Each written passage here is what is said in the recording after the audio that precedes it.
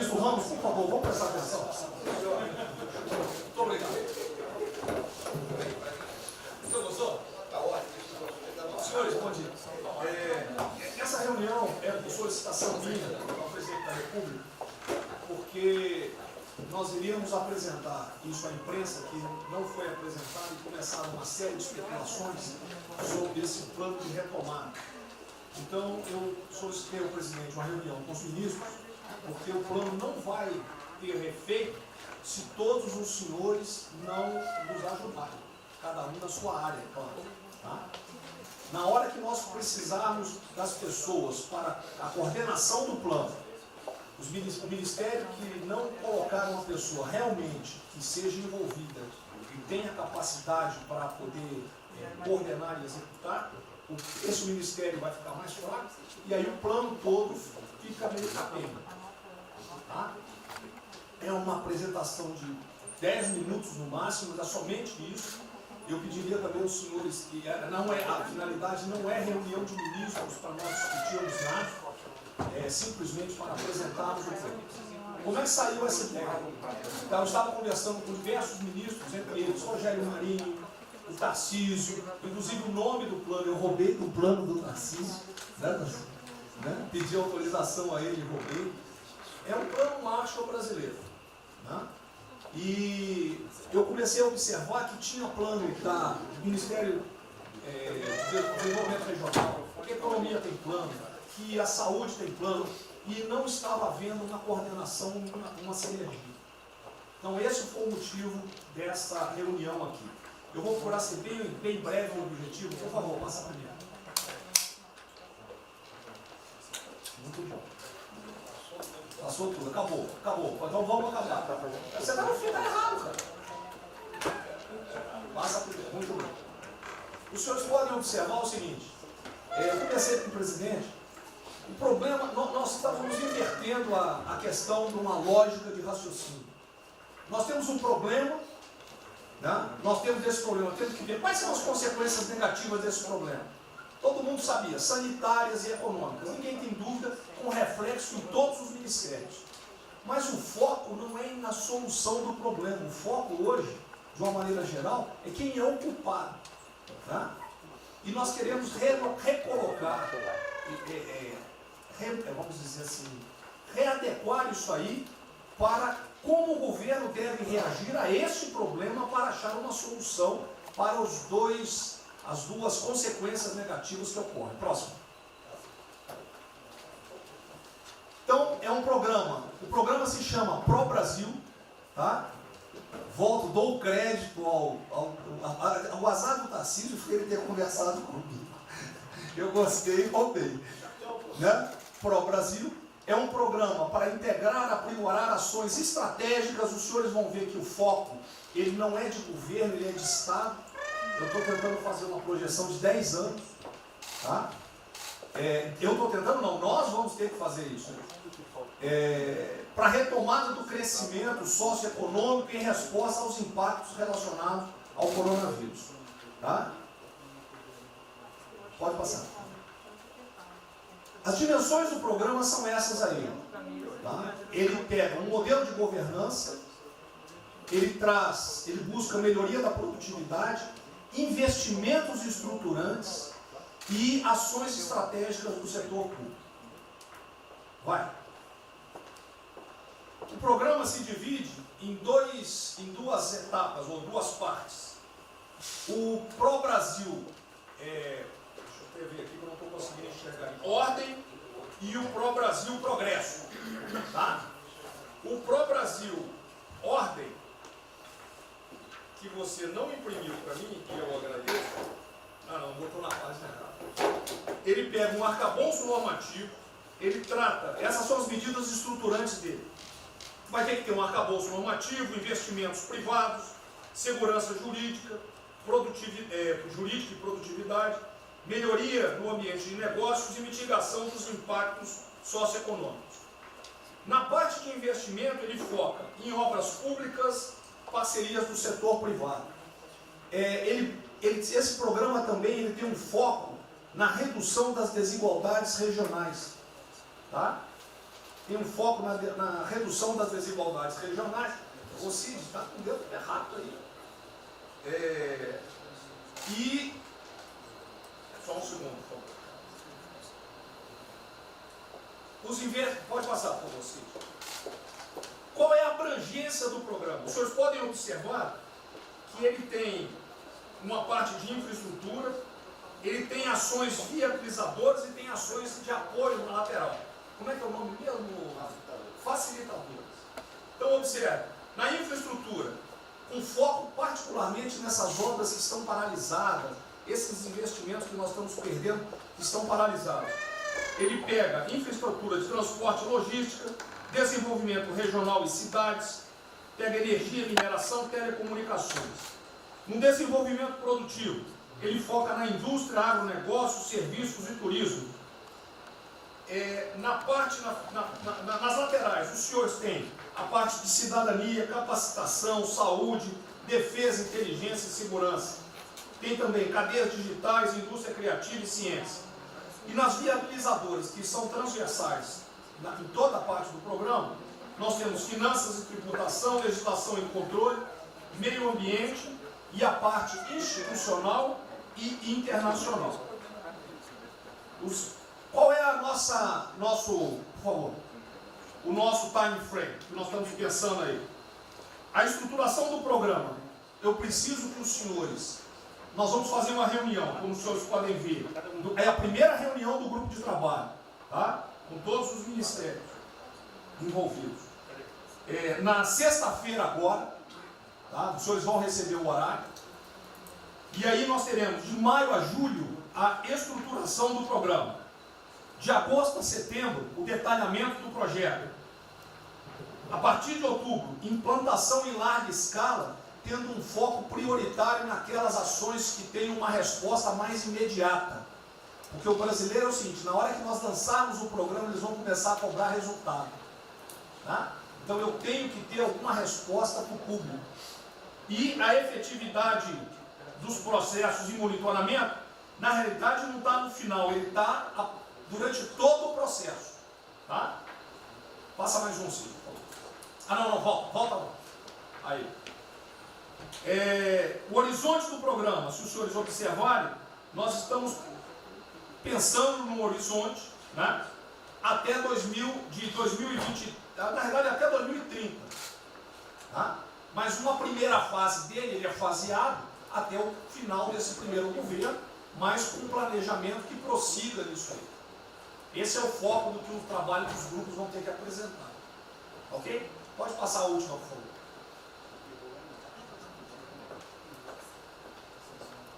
É sem sombra. Certo? Só um layout para os senhores. Então, na sexta-feira, eu solicitaria que os senhores, quando enviassem os representantes, esses representantes já viessem com uma noção dos programas ou do que os senhores pretendem dentro dos ministérios de vocês. Uma primeira ideia, e nós vamos partir disso para elaborar isso aí. O trabalho não será feito aqui é somente uma coordenação. Cada ministério vai fazer e nós vamos coordenar. Presidente Nacional. Vamos dar a palavra para o Guedes, com todo respeito aos demais, acho que o ministro mais importante nessa missão. Eu queria fazer a primeira observação seguinte: não chame de plano macho que revela um despreparo enorme. Não, isso aqui foi só aqui agora. Quando se falou em plano macho, o Brasil é um nome espetacular. 10.000. Plano macho é um desastre. Revela despreparo nosso. Plano macho, por exemplo, os Estados Unidos podem fazer um plano macho para nos ajudar.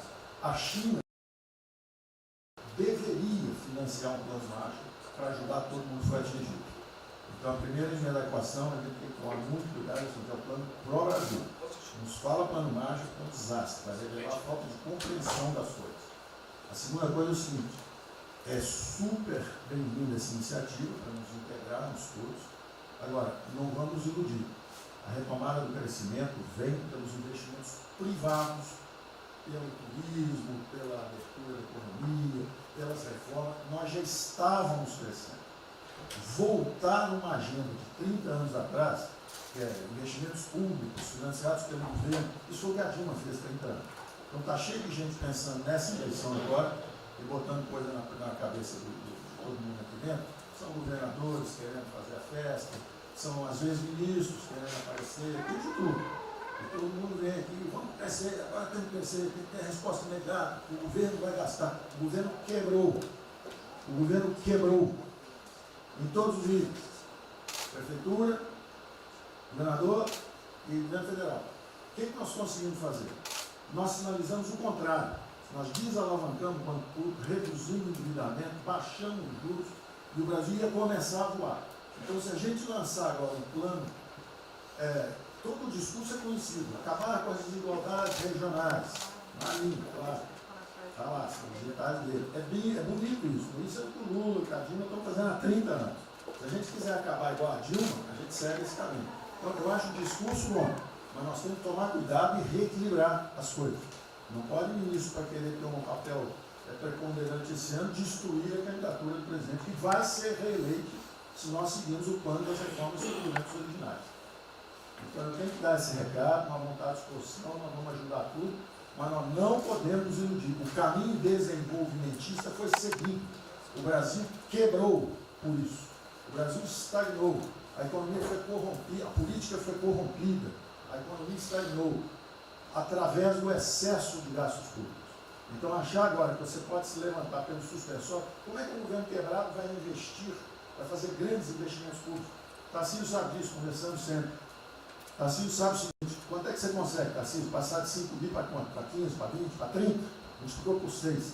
Quanto é que você consegue de investimento em concessões? 250.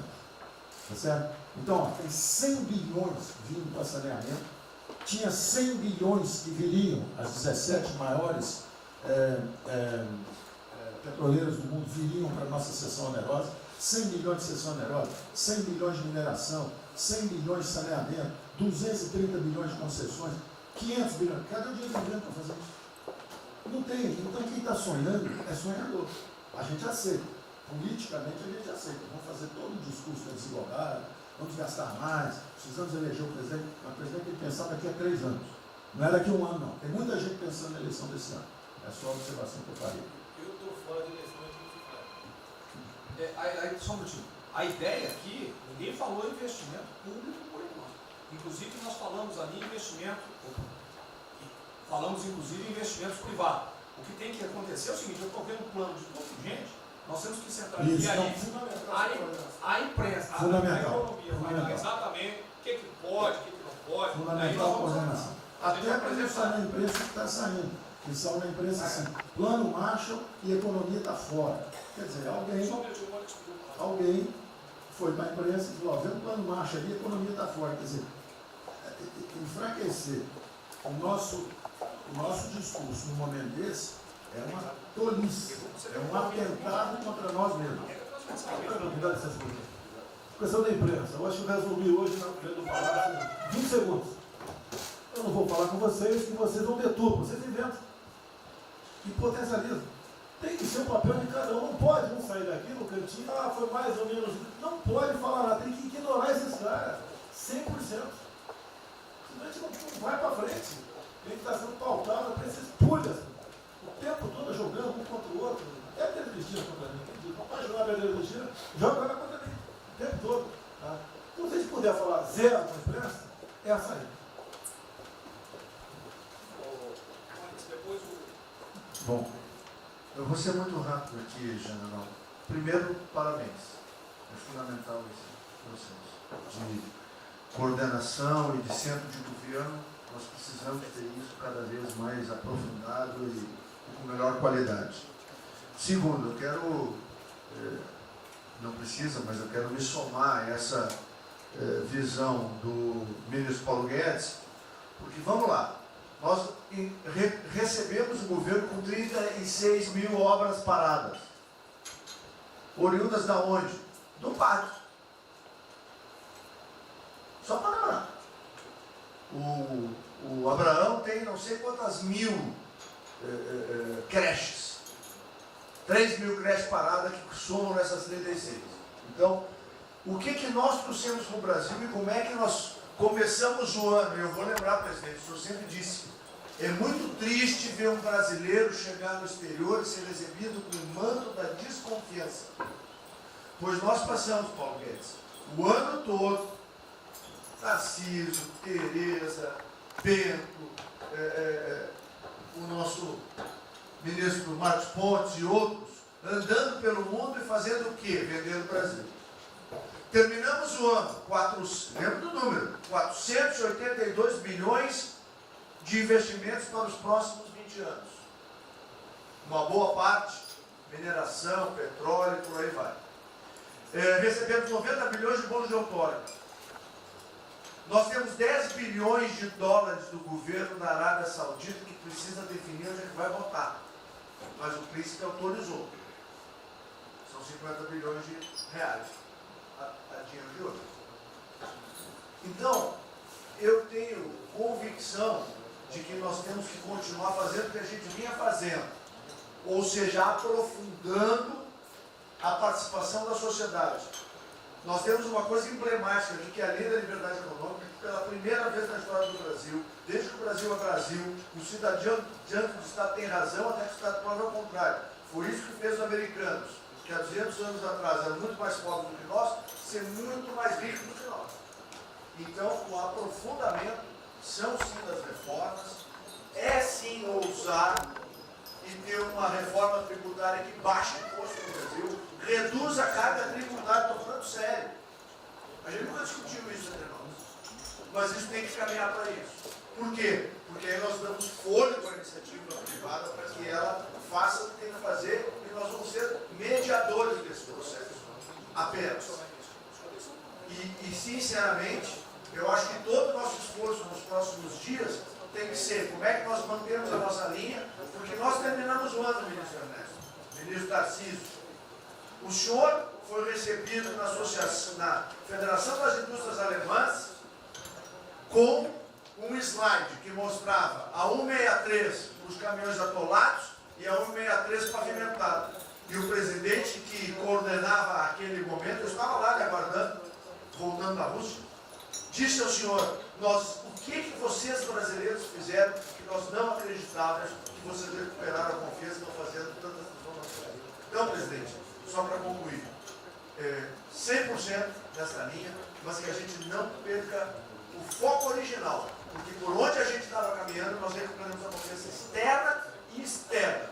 Fomos acometidos de algo muito grave, que é uma doença, e que foi levado ao paroxismo da histeria, o que serve ao interesse de muitos, os mais variados, eu não vou aqui detalhar.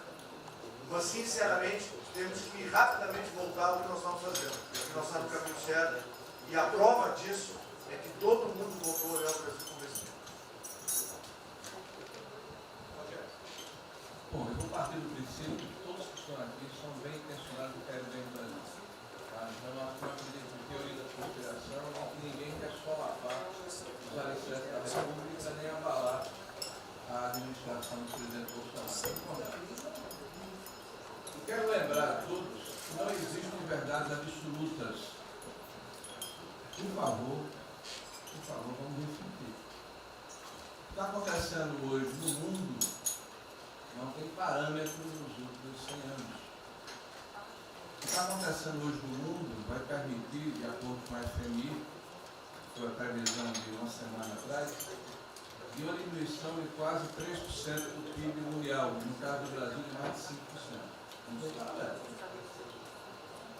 Em situações extraordinárias, remédios extraordinários de forma circunstancial.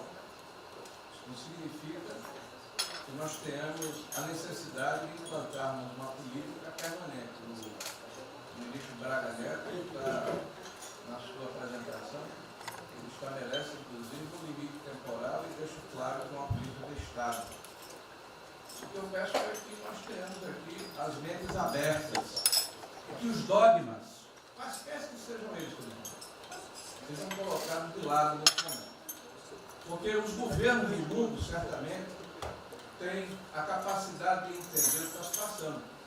Eu tenho visto governos extremamente liberais preparando programas de reconstrução, levando em consideração a necessidade de que o Estado Estado Nacional passa a ter um papel diferente como tomador de risco nesse momento em que há uma queda abrupta da liquidez. O ministro Onyx fala com muita propriedade da Arábia Saudita dos 10 bilhões de dólares. É bom lembrar, está aqui o ministro Bento, que está se pagando para se retirar petróleo do mundo. Os países vão utilizar suas respectivas liquidez para resolver os seus problemas de infraestrutura e de retomada das suas economias. Nós temos que ter segurança jurídica, senhor presidente, respeito a contratos, senhor presidente, capacidade de alavancar recursos privados com a inversão de recursos públicos, sim. É bom lembrar que eu tenho ouvido falar, não sei se é verdade, depois vai colocar na ponta do lápis, que a gente pode chegar a 600 bilhões de reais esse ano de ajuda a empresas e a pessoas físicas. Recursos do governo federal, fruto de endividamento do governo, desse governo, e vai terminar o ano com déficits 4, 5, 6 vezes maior do que estava precificado no início do ano. Caiu um meteoro sobre as nossas cabeças. Então, por favor, nós não podemos começar a discussão com verdades absolutas e com dogmas estabelecidos ao longo de 100 anos, em função de uma catástrofe que se abateu sobre o mundo, que os governos de todo o mundo estão se debruçando sobre o assunto, entendendo que muda o papel do Estado. Senhor presidente, é bom lembrar que quando houve a unificação da Alemanha, eu acho que esse é um fato histórico irrefutável, o Estado alemão entendeu e fez um pacto de que haveria necessidade de investir em capital humano e infraestrutura na Alemanha Oriental para diminuir desigualdades regionais. E esse é um pacto do Brasil. Essa pode ser uma catástrofe que vai nos afundar, ou pode ser uma onda para a gente surfar, uma alavanca para recuperar o país. Todos os países do mundo estão submetidos ao mesmo processo. Vai depender da nossa capacidade de termos uma opção clara de que forma vamos sair desse problema. Se vamos gastar 600 bilhões de reais para resolver uma situação que é emergencial e todos reconhecemos que é necessária, e darmos segurança à população, no caso alimentar, para evitarmos o caos, para diminuirmos a mortandade das empresas, muito bem, está correto, essa é a boa direção. Por que não 5, 6, 7% desse total, 10% desse total, em obra de infraestrutura? Por que não termos a capacidade de alavancarmos o emprego no momento em que a retomada, todos os economistas aqui reconhecem, vai ser muito lenta? Bom, eu só estou falando isso, presidente, para que nós possamos ter essa discussão sem dogmas, sem verdades absolutas, sem a preocupação de que as coisas continuam como eram antes. Não são como eram antes. Aqui e no mundo inteiro. É isso.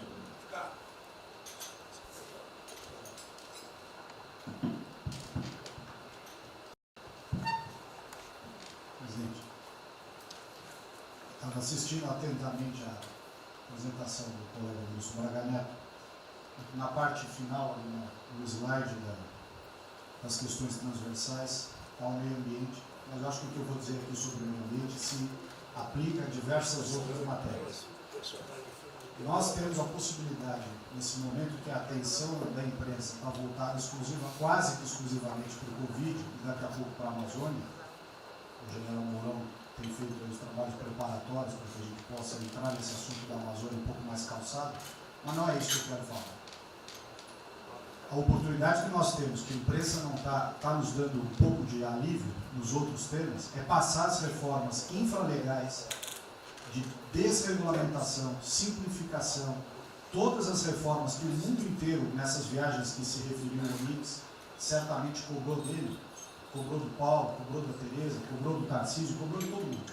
Da segurança jurídica, da previsibilidade, da simplificação. Essa grande parte dessa matéria, ela se dá em portarias e normas dos ministérios que aqui estão, inclusive de meio ambiente. E que são muito difíceis, e nesse aspecto acho que o meio ambiente é o mais difícil de passar qualquer mudança infralegal em termos de instrução normativa e portaria, porque tudo que a gente faz é pau no judiciário, no dia seguinte.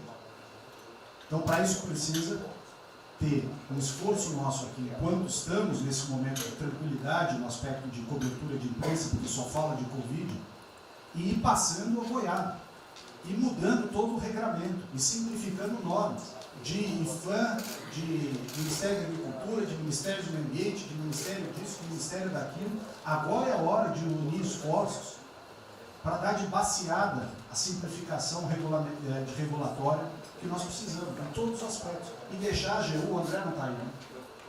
E deixar a AGU de stand-by para cada pau que tiver, porque vai ter. Essa semana mesmo nós assinamos uma medida, a pedido do Ministério da Agricultura, que foi a simplificação da lei da Mata Atlântica para usar o Código Florestal. Hoje já está nos jornais dizendo que vão entrar com ações judiciais e ação civil pública no Brasil inteiro contra a medida. Então, para isso, nós temos que estar com a artilharia da AGU preparada para cada linha que a gente avança. Mas tem uma lista enorme em todos os ministérios que têm papel regulatório aqui para simplificar. Não precisamos de Congresso. E coisa que precisa de Congresso também, nesse fuzuê que está aí, nós não vamos conseguir aprovar. Agora tem um monte de coisa que é só parecer, caneta. Parecer, caneta. Sem parecer também não tem caneta. E dar a canetada sem parecer é cana. Então, isso aí vale muito a pena. A gente tem um espaço enorme para fazer. Enfim, acho que essa é uma questão importante que estava aí nos slides, né? Você vê que a jurídica também está embaixo. Isso, exatamente. Só os senhores entenderem o seguinte, isso aqui é coordenação dos planos que eu sei que todos estão fazendo. Tá? Coordenação. O que vai ser possível executar ou não, vão entrar naquelas nas limitações que nós temos, e o que tiver conflito será levado à decisão do presidente. Agora, nós temos que andar com isso rápido, porque a queda do desemprego, o país está sem esperança, nós temos que fazer isso andar. O pessoal da iniciativa privada está nos procurando, a gente tem que dar um rumo nisso aí. Bom, a ideia é essa. Me ligou agora de manhã o Eduardo Gouveia Vieira, da Firjan. Ele quer fazer uma videoconferência onde mais de 300 empresários do Rio, que é um pouquinho abaixo do potencial de São Paulo, para hipotecar a solidariedade. A ideia que nós temos de reabrir o comércio. A desgraça que vem pela frente, eu acho que o Paulo está até legal, Paulo. Eu não sou economista não. Vai ser uma porrada muito longa, você pode imaginar. Não são apenas os informais. Eu acho que bateu a 10 milhões de carteiras assinadas por saco. E os governos estaduais não têm como pagar salário. Não tem. Maio, metade do estado não tem mais como pagar salário mais. A desgraça está aí. Eles vão querer empurrar essa trozoba para cima da gente. Esse pessoal aqui do lado vai querer empurrar. E a gente vai reagir, porque aqui não é saco sem fundo. Tá? Então essa preocupação vamos ter. Paralelamente a isso, é o AB da vida, enchendo o saco do Supremo, para abrir processo de impeachment, porque não apresentei meu exame de vírus, essa frescurada toda. E todo mundo tem que estar ligado. Não é apenas cuidar do seu ministério nessas questões que estamos tratando aqui, é tratar da questão política também. Tá certo? Então essa é a preocupação que temos que ter, porque a luta pelo poder continua a todo vapor. E sem neurose da minha parte. Tá? O campo fértil para aparecer umas porcaria aí, né? Levantando aquela bandeira do povo ao meu lado, não custa nada. O terreno fértil é isso: desemprego, caos, miséria, desordem social e outras coisas mais. Então essa é a preocupação que todos devem ter. Né? Não é, tá bom, o Ministério fatura, deu merda no colo do presidente. Não pode ser assim. Hoje eu vi o Magno Malta me defendendo. O Magno Malta, desculpa aí, foi tratado lá atrás para ser vice. Depois ele resolveu não ser, tudo bem. Depois foi tratado para ser ministro, tudo bem. Agora, politicamente, ele nunca me deu uma alfinetada e sempre está defendendo com os problemas que ele tem. Então, não é o ministro em peito aberto enfrentar, entrar no covil dos leões. Mas não pode. Né? Por exemplo, quando se fala em possível impeachment, ação no Supremo, baseado em filigranas, eu vou em qualquer lugar no território nacional. Ponto final. O dia que for proibido de ir para qualquer lugar do Brasil, pelo Supremo acabou o mandato. E espero que eles não decidam, ou ele, né, monocraticamente, querer tomar certas medidas, que daí nós vamos ter uma crise política de verdade. E eu não vou meter o rabo dentro da perna. Zero. Certo? Porque se eu errar, se achar um dia ligação minha com o empreiteiro, dinheiro na conta na Suíça, porrada, sem problema nenhum. Vai para o impeachment e vai embora. Agora, com frescura, com babaquice, não. Até em cima do que eu falei, em frente ao Forte Apache. Eu sou o chefe supremo das Forças Armadas. Ponto final. O pessoal estava lá, eu fui lá, dia do Exército. E falei algo que eu acho que não tem nada demais. Mas a repercussão é enorme. Oh, o AI-5. Cadê o AI-5? Acabou agora. O AI-5 não existe adicional no Brasil mais. É uma besteira. Artigo 142. É um pessoal que não sabe interpretar a função. Agora, em cima disso, fazer uma onda. Vamos ouvir deputados, empresários, seja lá o que for. Agora, quando a Câmara fala lá dentro, uma homenagem a Che Guevara, a Mao Tse Tung e tudo mais, não tem problema nenhum. Quando o Partido Comunista do Brasil faz suas convenções e do lado lá, Fidel Castro, não tem problema nenhum. Quando um coitado levanta uma placa de AI-5, que eu estou me lixando para aquilo, não existe AI-5. Não existe. Artigo 42. Nós queremos cumprir o artigo 42, todo mundo quer cumprir o artigo 42. E haver necessidade, qualquer dos poderes pode, né, pedir às Forças Armadas, né, que intervenham para restabelecer a ordem no Brasil, naquele local, sem problema nenhum. Agora, todos, né, têm que se preocupar com a questão política e aquele direito, tira a cabeça da toca, porra. Mas vai ficar dentro da toca o tempo todo, não. Estou bem, estou cuidando da minha imagem, a minha imagem está aqui, eu sou bonitinho, e o requisito todo, não, tem que fazer a sua parte. Então é isso que eu tenho falar com você, que depois de um certo momento, onde chegar a cabeça dessas pessoas, fica difícil voltar atrás. Daí que é uma crise, Não tenho amor por esse mandato para a cadeira de presidente. Zero. Não vou provocar ninguém. E assim como a defesa faz uma nota muito boa, dizendo que vai cumprir a Constituição, a liberdade, 10, né, e não aceita golpe, 10, também não aceita o contra-golpe dos caras, porra. Vai deixar alguns malucos aí, que eles sabem quem são, ficar aí naquela fervura de o presidente é irresponsável, ele é maluco, ele é genocida. Não é assim. O que vale para um lado, vale para o outro. O que não vale para um lado, não vale para o outro. Essa é a nossa preocupação que devemos ter. Por isso que está aqui o próprio Brasil, mas também com a questão política. Se nós começarmos a falar com propriedade, e tem muita gente que fala muito melhor do que eu, e tem um conhecimento muito melhor do que eu, tem que falar, discretamente, mas tem que falar, para não deixar subir a temperatura, que é só porrada o tempo todo em cima de mim. E vou continuar indo em qualquer lugar do Brasil, ponto final, o problema é meu. Tá certo? Se eu não tivesse direitinho de vir, prefeitinho lá no fim do mundo, um jaguapoca do prefeito, manda prender. Tem que a justiça se posicionar sobre isso, porra. Tem que se posicionar sobre isso abertamente. Não admitimos prisão por parte do prefeito e o decreto. Tem que falar, não é ficar quieto. E quem direito aqui, todos têm que falar isso aí, não é só a justiça. Todos têm que falar. Não é ficar, toca o barco não e vamos em frente. Tá? Então é isso que eu apelo a vocês, pô. Essa preocupação, acordem para a política e se exponham. Afinal de contas, o governo não só.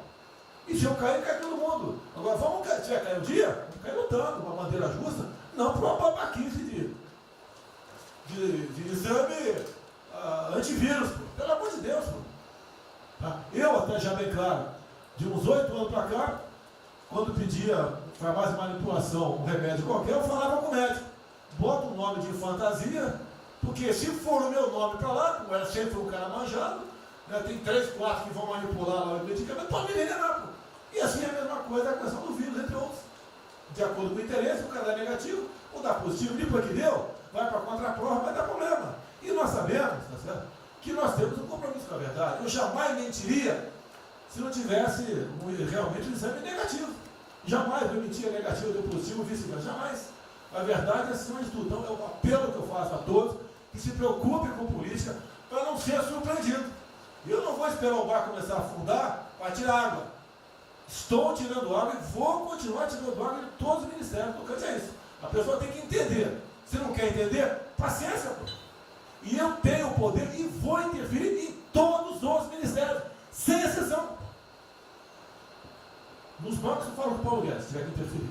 Nunca tive problema, zero problema com o Paulo Guedes. Agora os demais, vou. Eu não posso ser surpreendido com notícias. Eu tenho a PF que não me dá informações. Eu tenho as inteligências das Forças Armadas que não têm informações. A BIM tem seus problemas. Tem algumas informações. Só não tenho mais porque está faltando, realmente, temos problemas. Aparelhamento, etc. Mas a gente não pode ver essa informação. Quem é que nunca ficou atrás da porta ouvindo que seu filho ou sua filha está comentando? Tem que ver, depois que ela engravida, não adianta falar com ela mais. Tem que ver, né? Depois que o moleque encheu os conos de droga, não adianta mais falar com ele, já era. A informação é assim. Eu estava vendo, estudando aqui de semana aqui, como é que o serviço chinês secreto trabalha nos Estados Unidos. Qual a preocupação nossa aqui? É simples o negócio. Ah, não deve falar publicamente. Deve falar como? Está todo mundo vendo o que está acontecendo?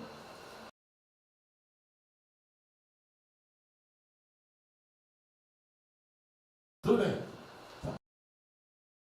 Você tira do porra. Não tira. É uma realidade. Não adianta esconder mais, tapar o sol com a peneira. Vai em alguns ministérios, tem gente descontada aqui dentro. Então não quer pregar. Zero. Precisamos dele para vender? Sim, isso precisa também de nós. Que se não precisasse, não estaria comprando a soja da gente, não. Precisam. E é um negócio, pô. E devemos aliar com quem tem alguma afinidade conosco, para a gente poder fazer valer a nossa vontade naquele momento. Não adianta se esconder aqui, depois tem um problema, daí liga para o tio, fala, pô, cara, você me ignorou até hoje? Você só não me chamou de imperialista, igual a esquerdalha e o FHC falava no passado. No resto, agora não dá mais. Então essa é a preocupação que temos que ter, a questão estratégica, que não estamos tendo. E me desculpe, o serviço de informações nosso, todos, são uma vergonha. Uma vergonha que eu não sou informado. E não dá para trabalhar assim, fica difícil. Por isso, vou interferir. E ponto final, pô. Não é ameaça, não é extrapolação da minha parte, é uma verdade. Como eu falei, né? Dei os ministérios para os senhores. O poder de veto. Mudou agora, tem que mudar. E eu quero realmente governar o Brasil. Nós precisamos de todos aqui, como disse o Marinho, né? Aqui é o mesmo barco. Se alguém cavar o cavalo no porão aqui, vai todo mundo para o saco aqui, vai todo mundo morrer afogado. Então é isso que a gente precisa, é pensar além do que tem que fazer internamente aqui. Quando eu explodi em metro, conversei com o Paulo Guedes. Desculpa a linguagem, é uma putaria em metro. Trocar tacógrafo, trocar taxímetro, botar chip na bomba de combustível, putaria, igualzinho tomar 3 pinos. Está muito bem agora, a imprensa enfiou porrada. Ah, botou um coronel. O coronel foi formado pelo INE. Eu ia botar um coronel, você vai ter uma formação. Tá?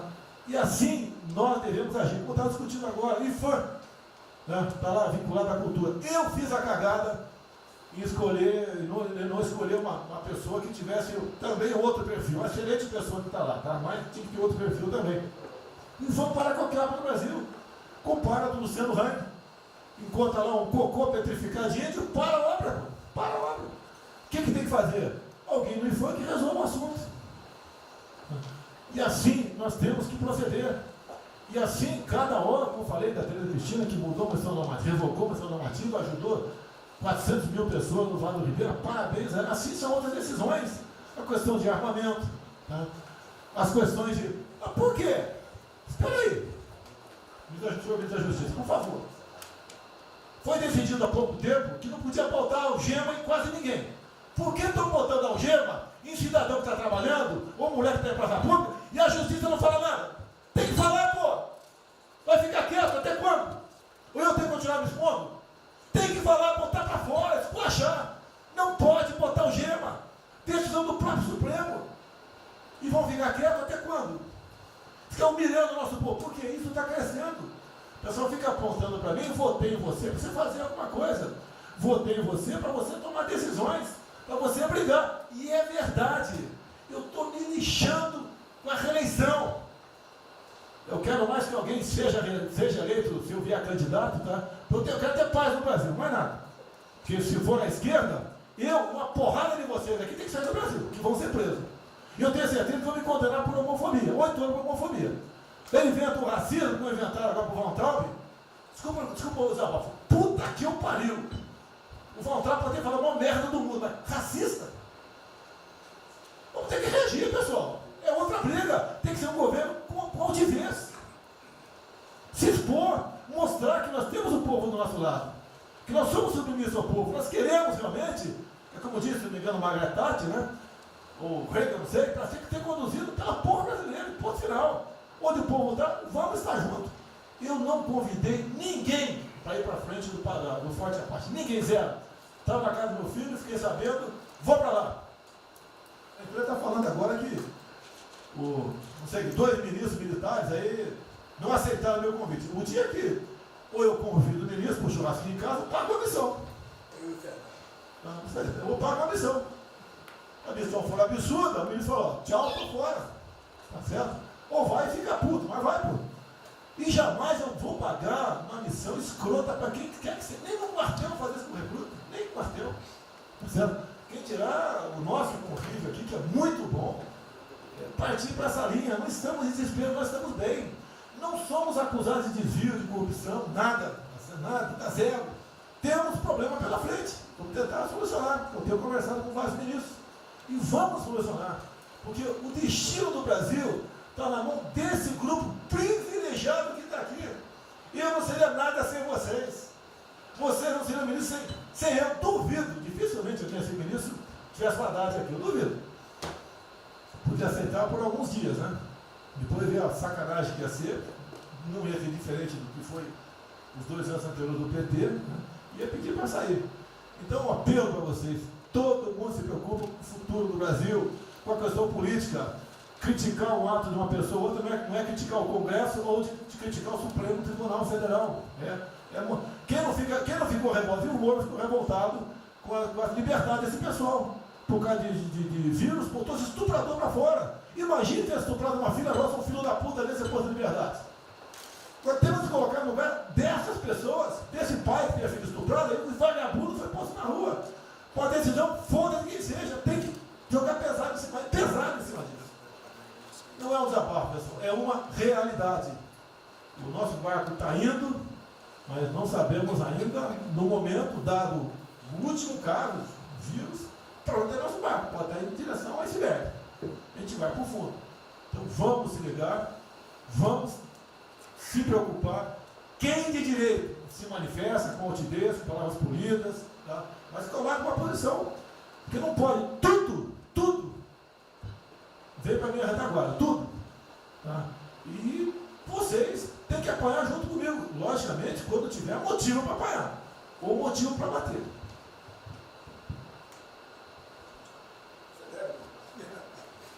Não, eu já caí.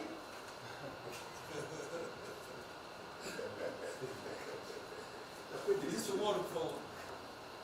A sequência aqui é o seguinte: o ministro Moro, o Montezano, o Nelson e o Paulo Guedes. Aí eu pediria só aos senhores que fossem breves. Você também. O Paulo Guedes quer na política e quer cobrar os raios.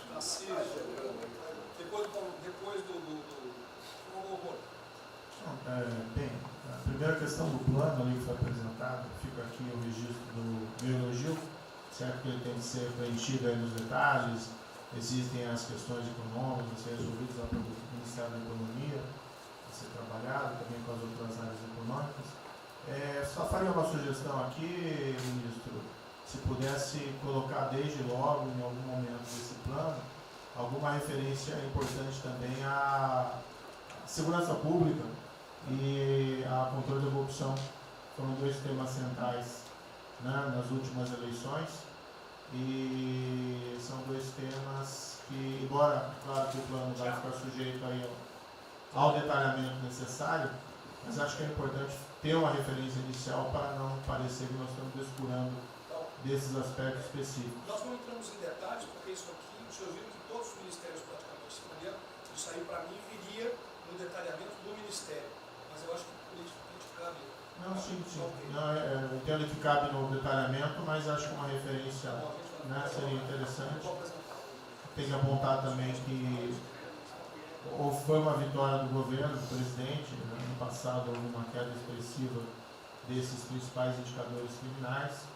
Isso, embora seja mais vinculado com a questão da vida e segurança das pessoas, também é um fator importante para o investimento econômico, para também melhorar o ambiente econômico.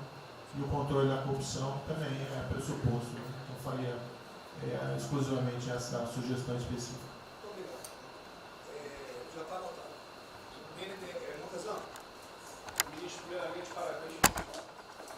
Acho que é um momento oportuno para a gente começar a falar do dia seguinte. O próprio ministro Guedes, nas discussões que temos tido nas últimas semanas, tem nos orientado. O BNDES foca na reconstrução, foca no dia seguinte, porque a crise de saúde vai demorar alguns meses e a reconstrução muito mais meses do que isso. Então é muito oportuno a gente já começar a discutir isso. Segundo, aqui eu subscrevo as palavras do ministro Salles. O que a gente tem observado nos projetos e concessões, etc., uma parte crítica, essa legislação para o funcionamento da máquina pública. É um momento muito oportuno para a gente aproveitar isso. Isso faz uma baita diferença no preço de um projeto, na velocidade, faz muita diferença. Então, eu subscrevo aqui as palavras do ministro Salles.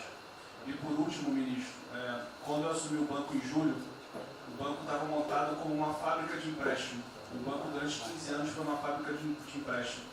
De julho até hoje, a gente fez uma reestruturação completa no banco, montando o que eu acredito hoje ser já o maior banco de investimento do Brasil em pessoas, e um banco de investimento de serviços focado em planejamentos econômicos setoriais e estruturação de projetos. Tá?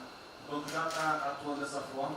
Temos um vasto conhecimento setorial, um vasto conhecimento de planejamento, já está rodando a contento, e esse BNDES de hoje se parece muito mais com o BNDES de 20 anos atrás, que era o BNDES que planejava e estruturava esses projetos no Brasil. Então eu queria colocar aqui à sua disposição, que nos use, estamos a serviço. Então o que o senhor achar adequado, razoável, tanto no fornecimento de informações, mas como também nesse planejamento, na coordenação, temos já um modo operante, uma estrutura que é plug and play. Se o senhor quiser usar, já está pronta para rodar para esse tipo de mapeamento de estruturação de projeto. Então, por favor, sinta-se bem à vontade de nos usar integralmente aqui na coordenação desse projeto, caso o senhor entenda adequado. Tá? Tiago. Nelson.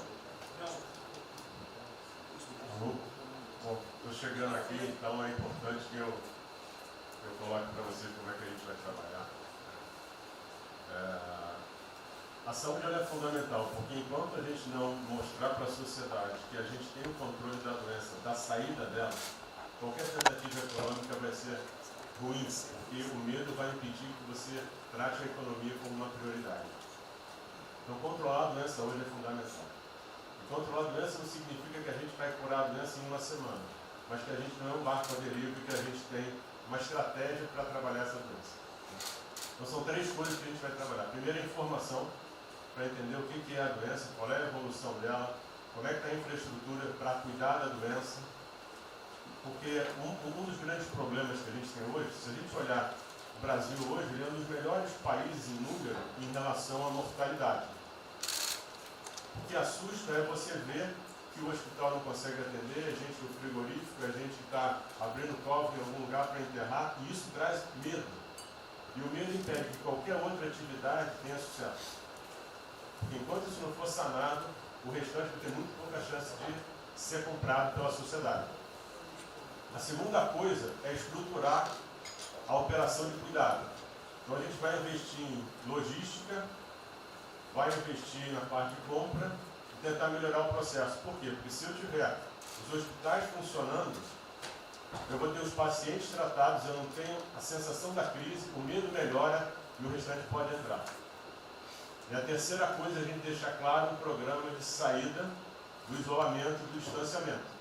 Não é que vai sair amanhã, mas a gente tem que ter um planejamento.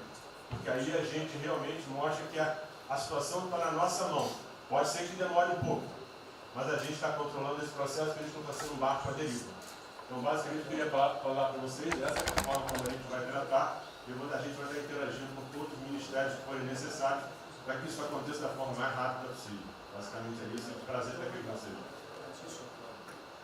Ontem eu liguei para o diretor-geral da Polícia Rodoviária Federal. Chegou ao meu conhecimento uma nota que era dele sobre o passamento de um patrulheiro. E ele enfatizou que era Covid-19. Eu liguei para ele, por favor. O que mais? Ele era obeso, era isso, tinha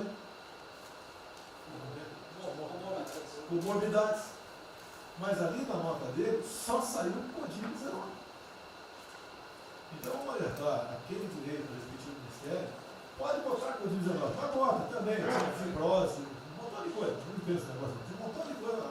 Para exatamente não levar um medo à população. E a gente olha, morreu um sargento do exército, por exemplo. A princípio é um cara que está bem de saúde. Né? Um policial federal, né? Será o que for. E isso daí não pode acontecer. Então, pede esse cuidado dos colegas, né? A quem direito do respectivo ministério, que tem alguém encarregado disso, né? Tomar esse devido cuidado para não levar mais medo ainda para a população. Você perguntou, nossa, aí perguntou quanto tempo levaria para mostrar o plano, alguma coisa. Eu acredito que. Não, nós já conversamos hoje. Não, nós já conversamos hoje sobre isso. O COP está montando junto com a saúde. Tá? Eu não posso dizer. A gente está trazendo recurso para poder acelerar esse processo, porque na verdade a gente está correndo muito tempo. Enquanto a gente não conseguir controlar a percepção que a gente hoje tem condição de cuidar das pessoas, vai ser difícil. Né? E o problema da doença é que você pega um sistema que, se você falar em eficiência, os hospitais têm que ser eficientes. Então, quando você fala em eficiência, você vai quase no limite do cuidado. Você não tem sobra, você não tem gordura. Quando você pega uma doença que chega, que é muita gente ao mesmo tempo, você não consegue ter agilidade para preparar o sistema para cuidar dela. E a gente tem um problema adicional que a gente tem que tomar cuidado, que é o seguinte: como você tem os hospitais com você tem muita gente falando de Covid, os hospitais estão diminuindo muito o atendimento, o que significa que eles vão ter problema financeiro. Se isso prorroga, esses hospitais vão ter cada vez mais dificuldade. Você vai poder ter um hospital mais sucateado, um hospital fechado. O que está acontecendo hoje? Vamos botar em números hoje. A gente tem 4 milhões de pessoas hoje com a Covid. O Brasil hoje tem 212 milhões de pessoas. Tem 208 milhões que não estão tendo a atenção necessária. Você tem câncer, cardiovascular, isso tudo está represado, a demanda é reprimida. Quando você controlar a Covid, o não Covid vai chegar com tudo. Você pode pegar uma estrutura sucateada. Aí você só vai transferir o problema de medo, que vai ser o medo da Covid e o medo da não Covid. Então a gente tem que estar preparado para isso tudo. Então não é só trabalhar o curtíssimo prazo, a gente tem que preparar para essa segunda fase que vai chegar também. Isso tudo a gente está fazendo, só para vocês saberem que a gente está pensando nisso tudo, só para vocês saberem que está tudo trabalhando. Tá. Por favor, o ministro Tarcísio, eu pediria as suas que fossem bem breves. Não, já não temos aí.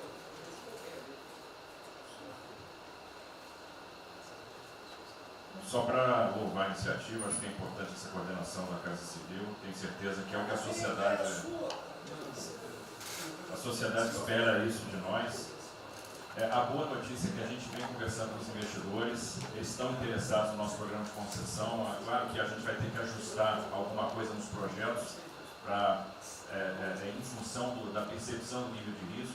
E a gente vai fazer isso calibrando taxa de retorno, monitorando melhor agora a questão da demanda, reestimando a demanda dos projetos, mas a gente tem certeza que os projetos vão sair.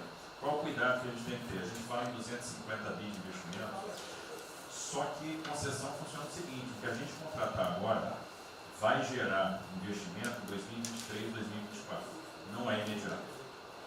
E a gente vai precisar de fazer alguma coisa imediata, e aí tem que ter a inteligência, porque também não adianta. Isso, me dá lá 30 bi por ano, não vou gastar, eu não vou usar. Eu não vou ter condição de fazer, de usar isso. Porque nos períodos altos, lá que a gente executou mais, a gente consegue ali ter uma capacidade operacional de executar 13, 14 bi, não mais. E a gente já tem 8 de orçamento aqui. Então, no final das contas, a gente fazendo as contas e vendo o que nós já temos de projeto pronto, o que é necessário, que agrega valor imediato. É um 35 Maranhão lá, que leva a safra para o Porto de Itaqui, que se acabou. Ali eu posso fazer uma intervenção imediata. E o que a gente vai falar? Estou falando de pegar os 8 que a gente tem e agregar mais 3, mais 4. É essa a conta. Eu acho que isso é realmente necessário para gerar emprego, para dar a resposta que a sociedade está querendo e conjugar juntando isso com o investimento privado. As duas coisas têm que andar juntas, né? E aí nós vamos dar um bom retorno. A gente está vendo aí o esforço que o BNDES está fazendo, a gente está fazendo um trabalho magnífico, trazendo o banco, trazendo o privado, o sindicato de bancos, para assumir uma responsabilidade que é deles também. O Banco Central injetou um monte de liquidez aí no sistema, para o dinheiro não ficar empossado, e aí preservando o caixa para atuar, né, nesses projetos de infraestrutura que vai ser fundamental. Então, eu acho que é essa linha que nós precisamos ter, né? E tivemos aí dois caras aí na história recente que pegaram terra arrasada e entraram para a história. Um foi o Roosevelt, o outro foi o Churchill. O terceiro vai ser o Bolsonaro. Pedro Guimarães,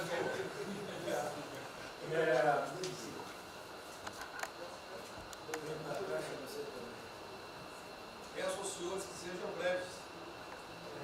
São só 5 pontos muito rápidos. Primeiro, presidente, o maior programa da história do mundo de inclusão social, digital, que nós estamos fazendo nesse governo, pessoas que tomavam dinheiro a 25% ao mês. Quer dizer, todos os ladrões lá, PT, PMDB, PSDB, aquela ladroagem toda, 25% ao mês. E ninguém se indigna. Esse governo que se indignou, o governo dos liberais. Então, assim, acho que a gente está com problemas narrativos. Hoje de manhã, por exemplo, o pessoal da Band queria dinheiro. O ponto é o seguinte, vai ou não vai dar dinheiro para Bandeirantes? Ah, não vai dar dinheiro para Bandeirantes? Passei meia hora levando porrada, mas repliquei. E falei, olha, vocês estão em casa? Eu tenho 30 mil funcionários na rua. Não tem esse negócio, essa frescurada de home office. Eu já visitei 15 agências. E você em casa? Aí o pessoal ficou um pouco mais calmo. Quer dizer, eu posso ter 30 mil brasileiros nas agências lá. Sabe quantas pessoas a Caixa está pagando hoje? 7 milhões de pessoas. E todo mundo home office. Que porcaria é essa? Desculpa o meu ponto, presidente. Quando o senhor falou, eu vou me emocionar. O Luiz Lima, que nadou com meu pai, foi atleta olímpico, teve a esposa e a filha de 14 anos presa ontem, no Camburão. Que porra é essa? Desculpa. Que porra é essa? O cara vai pro Camburão com a filha, que se fosse eu, ia pegar minhas 15 armas e ia dar uma... Eu ia morrer. Porque se a minha filha fosse pro Camburão, eu ia matar ou morrer. Que isso? Estava nadando, é uma atleta olímpica. Você tira a pessoa está nadando com 14 anos. Eu tenho uma filha Maria de 14 anos. Se a minha filha fosse pro Campurão, ou eu matava ou morria. Isso.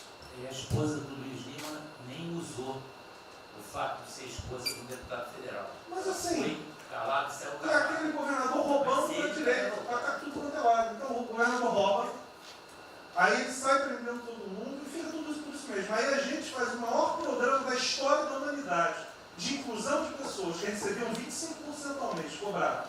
PSDB, PT, PMDB, aquele grupo todo. Na hora de privatizar, todo mundo, com 200 milhões, 300 milhões, tem vice-presidente da Caixa que eu expulsei, dos 120, 105 eu tirei.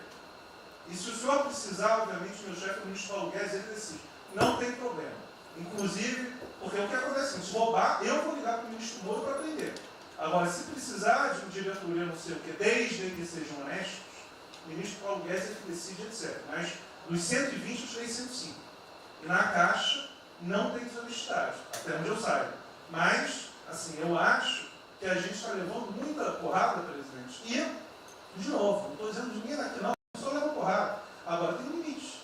Desculpa, todo lugar que eu vou, as pessoas normalmente são educadas. Mas a paciência chega no limite, obviamente não dessa maneira, eu acho que tem um ponto. Nós estamos emprestando 154 bilhões de reais, mas só um ponto que eu acho importante, Tarcísio é super meu amigo e ele é muito esperto. Qual que é o grande ponto que a gente tem que evitar? O cara está quebrado, já estava quebrado antes e quer lançar um adesivo. Então, assim, claramente tem que ajudar e eu concordo. Tanto que nós emprestamos 43 bilhões de reais para o segmento imobiliário. 1,5 milhão de pessoas deixaram de ser demitidas. Agora não é para todo mundo, não. Aquela empresa que já estava quebrada antes, por que a gente vai dar uma adesivo? Então, este ajuste fino é importante, os bancos têm que fazer. Por quê? Último ponto que eu falo. Já estou sendo processado também, vou mais 2 juntos para a cadeia, por causa do auxílio emergencial. Sabe o que tem? Tem gente do TCU dizendo que a gente está dando muito, e tem gente dizendo que a gente está dando pouco. Ferrou. Ou seja, tem gente querendo me prender porque está dizendo que a gente está dando muito. E tem gente querendo me prender, que são aqueles caras lá que estavam antes, dando pouco. Vão acabar sendo presos, mas o que a gente não vai fazer? Deixar 30, 40, 50 milhões de pessoas passarem fome. Então, é só o meu recado dizendo o seguinte: a Caixa, o Banco de todos os brasileiros. Poxa, a gente está com 30 mil pessoas. Eu passo ligando, 45 pessoas na Caixa tiveram coronavírus. 2 faleceram, um, na verdade, com 70 anos já estava aposentado, e outro. A pessoa, eu chorei mais do que a pessoa, a mãe. Uma pessoa em 30 mil que estão o dia inteiro. E eu já falei para minha esposa, se tiver qualquer coisa, eu vou tomar 1 litro de hidrocloroquina, aquelas coisas todas. Então, assim, eu acho que a gente está, só o último ponto, numa questão de histeria coletiva. Quer dizer, eu posso ter 30 mil funcionários da Caixa pagando 7 milhões hoje, 2 milhões na segunda, ontem a gente abriu 800 agências, vamos abrir no sábado, no domingo, 2 horas antes. Então, o que a imprensa quer? Que você pague e dane-se os funcionários da Caixa. Mas se morrer 2, Jornal Nacional, presidente Bolsonaro e presidente Pedro, irresponsáveis porque abriram. A gente só vai levar porrada. Agora, realmente, meu ponto é inaceitável, foi a primeira vez que aconteceu. Eu conheço a Milena, Lene, Romine, atleta olímpico. Quer dizer, um atleta olímpico, a esposa atleta olímpica, a filha de 14 anos no camburão. Eu não sei se eles botaram lá atrás e no meio. E aí você solta o estuprador, então eu acho que realmente tem uma questão. De novo, eu quero só reforçar uma coisa. O ministro Moro, em um dia, resolveu um problema muito importante. Muito obrigado, ministro. O que aconteceu? Os guardas, né, os que ficam dentro da agência, não poderiam, por legislação, estar fora. O que aconteceu? O ministro, 5 horas, resolveu o problema. Então, nos próximos 90 dias, os atendentes da Caixa Econômica Federal, os guardas, vão poder ir para fora para ajudar a fila. Né? Ou seja, tem uma fila, tem 250 agências e tem 500 pessoas na fila. E aí, com a ajuda do ministro Moro da Polícia Federal, eles emitiram uma portaria. Então, só para finalizar, quero agradecer, ministro. O seu registro aí, até foi fácil de resolver, foi a Polícia Federal que resolveu. Ministro Ernesto, por favor. Volta a pedir que sejam breves. Obrigado. Rapidamente, sobre o plano. A dimensão internacional do plano, evidentemente, é fundamental, já está bem contemplado. Eu queria mencionar o seguinte: eu acho que é fundamental que essa dimensão internacional não seja simplesmente uma adaptação nossa ao cenário internacional, mas que ela leve em conta a capacidade que o Brasil hoje tem de influir no desenho de um novo cenário internacional. Eu estou cada vez mais convencido que o Brasil tem hoje as condições e a oportunidade de se sentar na mesa de 4, 5, 6 países que vão definir a nova ordem mundial. Outro dia, na conversa do presidente com o primeiro-ministro da Índia, o indiano disse que vai ser tão diferente o pós-coronavírus, o pré, quanto o pós-segunda guerra, o pré. Eu acho que é verdade. E assim como houve um Conselho de Segurança que definiu a ordem mundial, 5 países depois da Segunda Guerra, vai haver uma espécie de novo Conselho de Segurança, e nós temos dessa vez a oportunidade de entrar nele e acreditar na possibilidade do Brasil influenciar, ajudar a formatar um novo cenário. E esse cenário, acho que tem que levar em conta o seguinte: estamos aí revendo os últimos 30 anos de globalização. Vai haver uma nova globalização. O que aconteceu nesses 30 anos? Foi uma globalização cega para o tema dos valores, para o tema da democracia e da liberdade. Foi uma globalização que a gente está vendo agora, criou um modelo onde no centro da economia internacional está um país que não é democrático, que não respeita os direitos humanos, etc. Essa nova globalização acho que não pode ser cega. Tem que ser uma globalização, tem que ser uma estrutura que leve em conta, claro, a dimensão econômica, mas também essa dimensão da liberdade e do valor. E da mesma maneira, acho que o plano está apontando para isso, na nossa dimensão nacional, também não pode ser um plano cego para essas dimensões daquilo que nos traz, né, que traz o projeto do presidente, que é não simplesmente a eficiência, a pujança, o crescimento econômico, mas a liberdade, combate à corrupção, a reinvenção do Brasil livre, dessas mazelas com a extensão. Obrigado. Obrigado, ministro. André Campos. É o último que colocou. Não é bem nada. É só vou voltar na história. Vou voltar aqui numa história breve, que é lembrar que no fim do governo Dilma a taxa de juros era 14,5%, a curva, mas a taxa longa era 20%. E aí quando a gente olha o que aconteceu e o que proporcionou a taxa de juros cair, é interessante, porque teve um dia, 18 de agosto, saiu uma manchete no jornal que todos os elementos apontavam que ia ter o teto de gastos. Naquele dia, a curva de juros começou a cair e foi quando depois o presidente do Banco Central anterior começou a cair os juros. Ele caiu os juros até o nível de 6,5, estabilizou, teve a incerteza das eleições, uma incerteza do PT poder voltar, a taxa piorou. Depois, curiosamente, quando o mercado entendeu que ia ter a Previdência, foi quando abriu espaço para colocar os juros novamente. Então, a razão dos juros ter ido de 14,5, 15, 20 para o que está hoje foi o fato da sociedade e do mercado ter entendido que o governo ia ter disciplina em relação às contas públicas. Isso a gente não pode esquecer. Tá?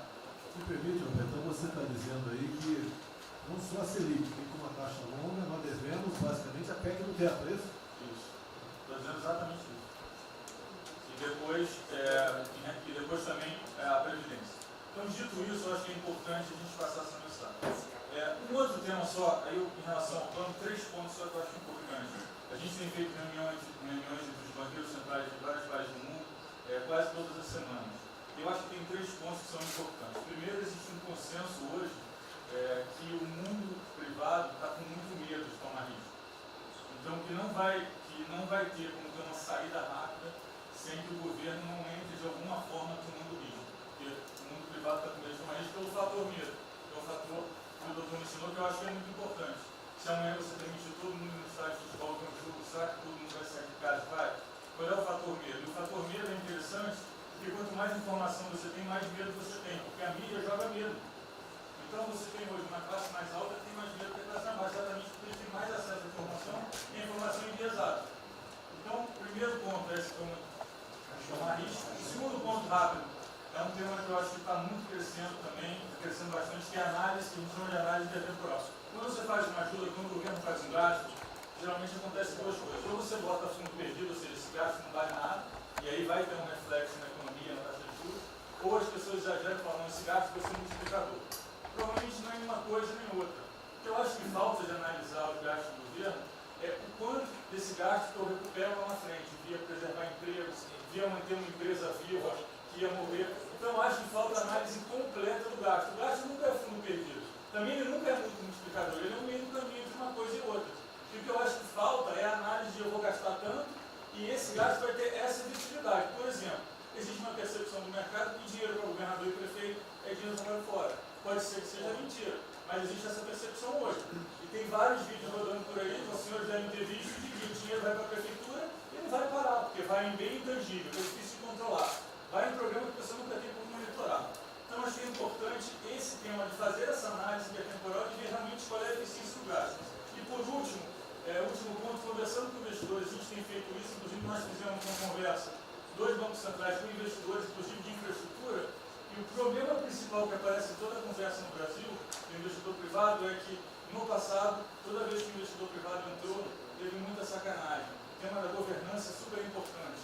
Então, eu estava conversando com o Marinho, a coisa mais importante desse projeto, na minha opinião, é garantir que a governança é boa. O investidor privado ter certeza que ele vai estar junto com o governo, ou ele vai estar em grande parte tomando risco, às vezes o governo vai tomar um pouquinho, mas que é uma coisa que ele não precisa se preocupar na frente da governança. E o jeito de melhorar a governança é colocar agentes internacionais que fazem governança mundial. A gente conversou um pouco sobre isso, só isso. Obrigado. Obrigado.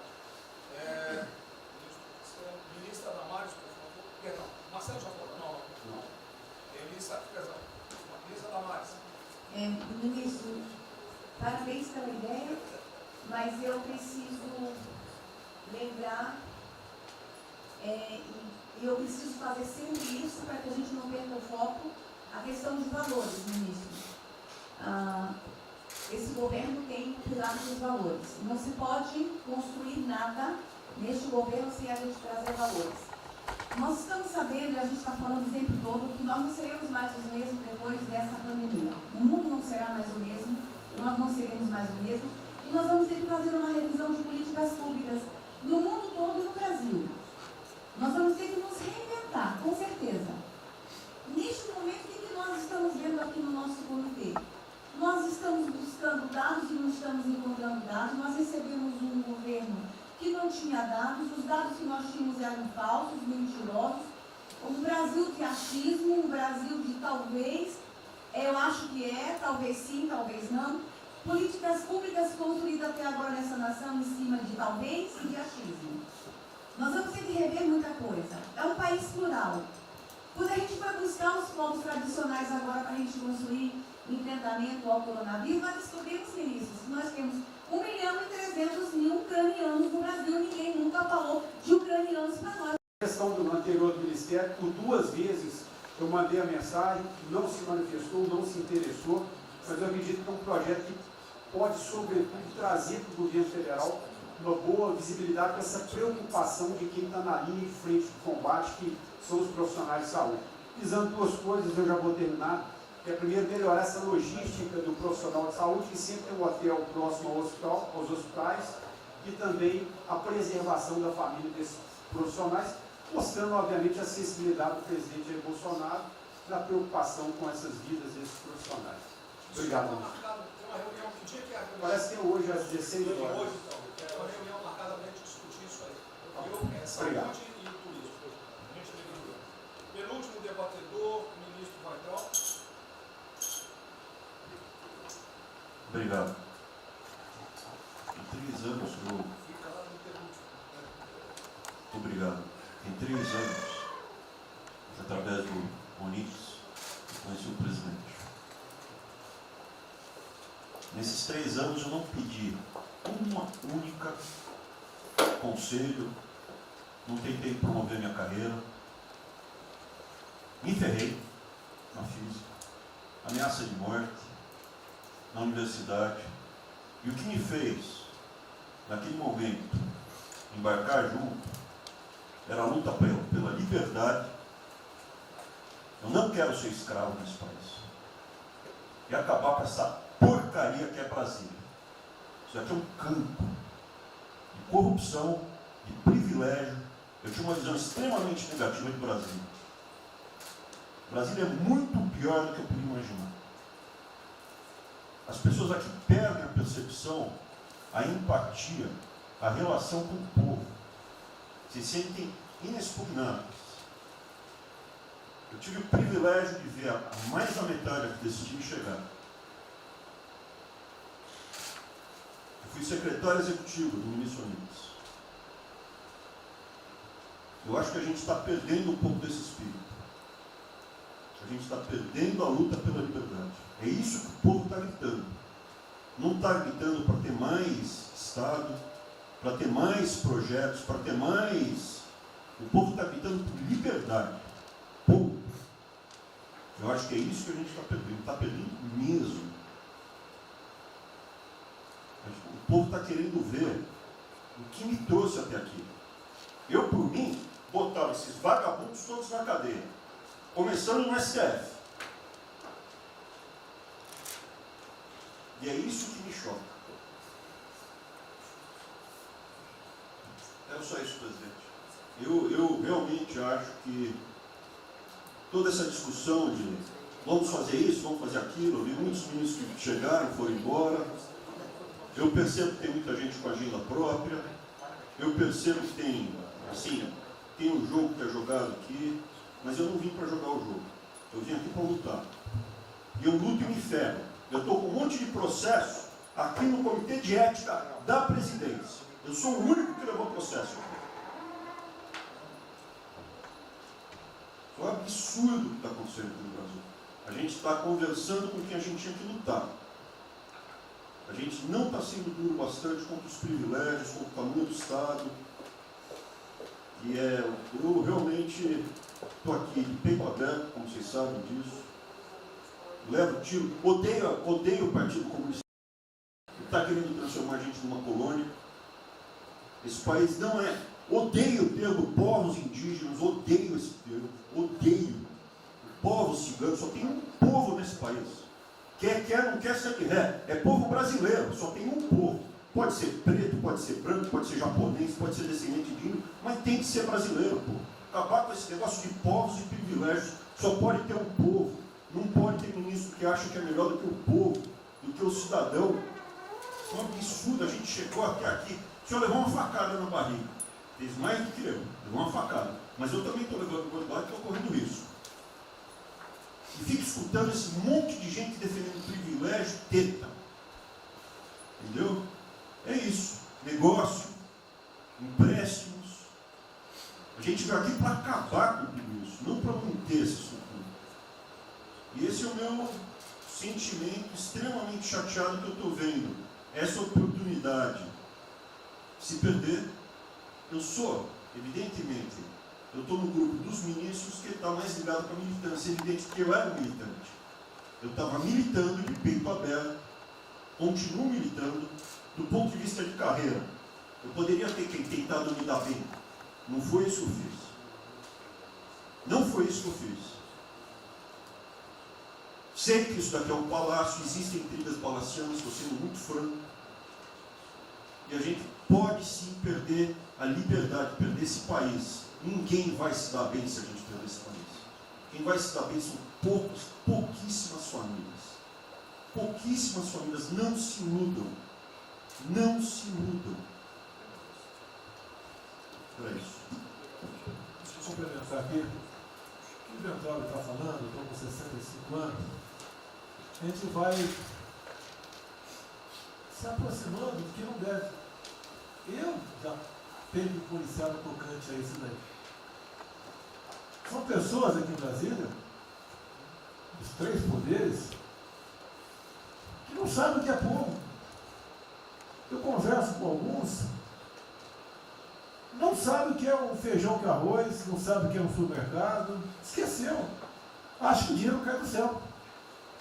Eu estou com meus privilégios garantidos, meus 100 mil por mês, em média, 100 mil por mês, a galera, né? Legalmente. E acho que isso não vai acabar nunca. Como alguns acham que a liberdade, qual é desse cara? Tá maluco? Eu estou vendo mais antigo aqui, o Joelino aqui. Ele sabe o que foi 64. Muitos aqui não sabem. Essa cambada que tentou chegar no poder de 64, se tiver chegado, ele estava fudido todo mundo aqui. Cortando, eu estava felicíssimo cortando cana, ganhando $20 por mês. Não pode esquecer disso. Nós não podemos esquecer o que é esse povo. Eu vou convidar os ministros para domingo e passar a semana da Guadia. Convite, não é missão, não, convite. Para ver como é que está o cara na esquina. Depois ver uns merda para falar aí, né? Uns merda de sempre. O cara rompeu o isolamento, está dando peça. Tem que ver pro cacete, pô. Ele está passando fome, está na merda, pô. Sentiu o cheiro de povo. Como eu falei, lá. É uma experiência para todo político sentir e lá ver como é que está o negócio. Ou a gente tem que estar como se fosse, né, um general na retaguarda e deixar a tropa se ferrar na frente. Não, o general está na frente, o coronel está na frente, o capitão está na frente. Nós, heróis da Segunda Guerra Mundial, estiver na frente do campo de batalha. Simples aqui, tenho certeza que as Forças Armadas vão cumprir com o seu papel, mas nós temos que dar exemplo. E mostrar que o Brasil não é. Eu sou mais educado que o Ventório, até me poli muito, né? O linguajar que ele usou, mas não é isso. Que o pessoal pinta por aí, se reunindo de madrugada, para lá, para cá, cima de informações. O meu funciona. O meu particular funciona. Os que tem oficialmente desinformam. E voltando ao tema, eu prefiro não ter informação do que ser desinformado por cima de informações que eu tenho. Então, pessoal, muitos vão poder sair do Brasil. Mas não quero sair, ver a minha irmã de Eldorado, outra de Cajati, o coitado do meu irmão capitão do exército de Miracatu se fuder, pô. Como é perseguido o tempo todo. É a bosta da Folha de São Paulo, diz que meu irmão foi expulso de um açougue em Registro, que estava comprando carne sem máscara. Comprovou no papel, estava em São Paulo esse dia. O dono do restaurante, do açougue, falou que não estava lá. E fica por isso mesmo, isso aqui é problema dele, né? Mas é putaria o tempo todo para me atingir, mexendo com a minha família. Já tentei trocar gente da segurança nossa no Rio de Janeiro, oficialmente, e não consegui. Isso acabou. fuder minha família toda, de sacanagem, o amigo meu, porque eu não posso trocar alguém da segurança na ponta da linha que pertence à estrutura. Vai trocar. Se não puder trocar, troca o chefe dele. Pode trocar o chefe dele? Troca o ministro. E ponto final. Não estamos aqui para brincadeira. Eu tenho um garoto aqui, com todo respeito, do BNDES. Eu conhecia, ele usava calção lá. Pode ver nos Estados Unidos para cá, podia estar muito bem lá.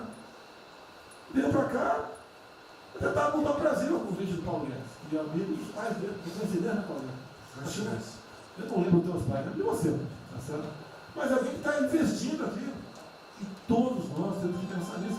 O que esses filhos de Maia querem, é a nossa liberdade. Olha, como é fácil impor uma ditadura no Brasil, como é fácil. O povo não é nem ligado. Por isso que eu quero, de ministro da Justiça e ministro da Defesa, que o povo se arme. Que é a garantia que não vai ter um filho da puta aparecer para impor uma ditadura aqui. Que é fácil impor uma ditadura. Facílimo. Um bosta do prefeito, faz um bosta no decreto, algema e deixa todo mundo dentro de casa. Se eu tivesse armado, ia para a rua. E se eu fosse ditador, né, eu queria desarmar a população. Como todos fizeram no passado, quando queriam, antes de impor a sua respeito da ditadura. Aí, que a demonstração nossa, eu peço ao Fernando e ao Moro, que por favor assine essa portaria hoje, que eu quero uma puta do recado para esses bosta. Por que eu estou armando o povo? Porque eu não quero uma ditadura. E não dá para segurar mais. Né? Não dá para segurar mais.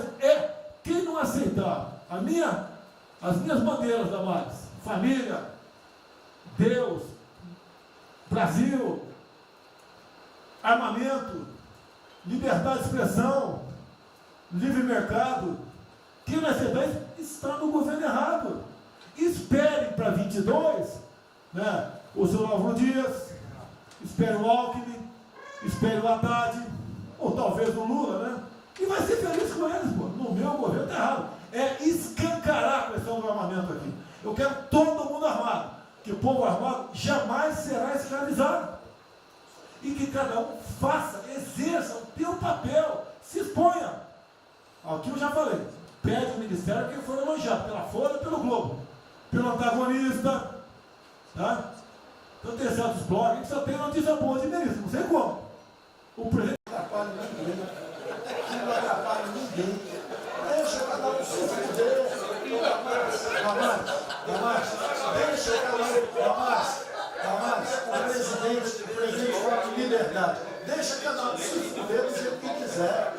Principalmente se o cara é maior, vacinado e bilionário. Deixa o cara se fuder. Lá não entra nenhum brasileirinho. Não entra nenhum brasileirinho desprotegido. Se a CGU tiver como controlar a entrada e a saída do dinheiro. Isso, então vamos lá. Se não tiver como lavar dinheiro sujo. Então, só para terminar as observações também finais ali, o Campos falou duas coisas também interessantes. Então, o Campos falou duas coisas interessantes ali. Uma é o seguinte: o estrangeiro para vir para fazer os investimentos, eu recebi o embaixador, já reportei isso para o presidente, eu recebi o embaixador dos Estados Unidos e ele veio conversar conosco. E a mensagem maior dele era uma só. Assim, ó, nós queremos um bom ambiente de negócio. Nós vamos colocar centenas de bilhões de dólares. O mundo inteiro quer investir no Brasil.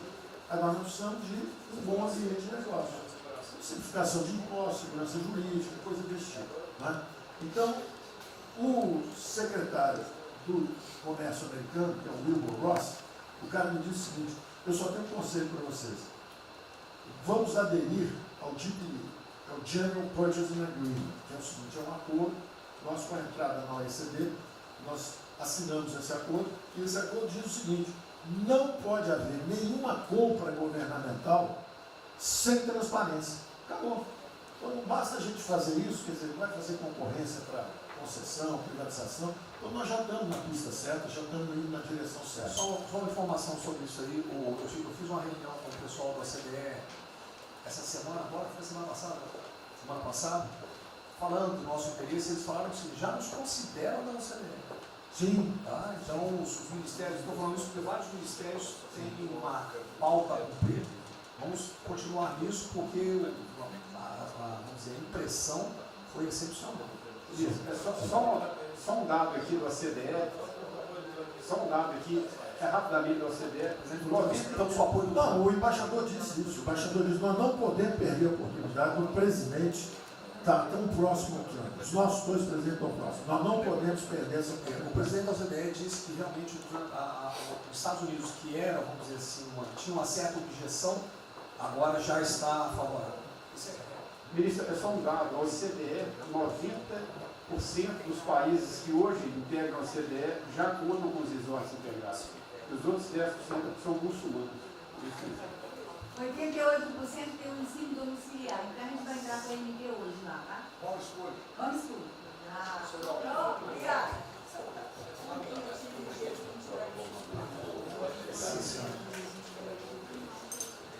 Uma nova ordem para o coronavírus, muitos países vão colocar regras para ter estoque novamente. Eu acho que não é o nosso caso. Nós temos que ter acesso ao mercado, mas nós precisamos incentivar o turismo. É o único produto que o Brasil não é autossuficiente. O resto, se amanhã quiser fechar, temos 2 milhões. Nós temos 2 milhões, certamente. Mas nós temos 2 milhões de hectares na linha Mato-Piba, prontos, inclusive com a Embrapa, com variedades super produtivas para poder investir lá. Precisa de dinheiro. Uma última coisa. O dinheiro que volta, financiamento. Nós precisamos baixar os juros. A agricultura não aguenta 9% de juros, é muito alto. Sobre o Brasil não fala nada, não? O Banco do Brasil não está tudo em cobra. O Banco do Brasil não está tudo em cobra, porque não é privado nem público. Então, se for apertar o Rubem, coitado, ele é super liberal. Mas se apertar ele e falar, bota o juro baixo, eu não posso, senão a turma, os privados, meus minoritários, me apertam. Aí você fala assim, bota o juro alto, eu não posso, porque senão o governo me aperta. O Banco do Brasil é um caso pronto de privatização. É um caso pronto, e a gente não está dando espaço. O senhor já notou que o BNDES e a Caixa, que são nossos públicos, a gente faz o que a gente quer. O Banco Brasileiro não consegue fazer nada, ele tem um liberal lá. Então tem que vender essa porra logo. Apesar de todo aumento de risco que passou a haver no sistema bancário, o Banco do Brasil está expandindo bastante seus empréstimos e a agricultura, a ministra Tereza Cristina testemunha aqui de que o apoio está sendo muito grande e que nós estamos numa situação confortável, ministro, porque, primeiro porque em termos de liquidez, o público vê o Banco do Brasil como um porto seguro. Então, nós não estamos tendo problemas que outros bancos estão tendo, de preocupação com a liquidez do banco, com a rigidez do banco.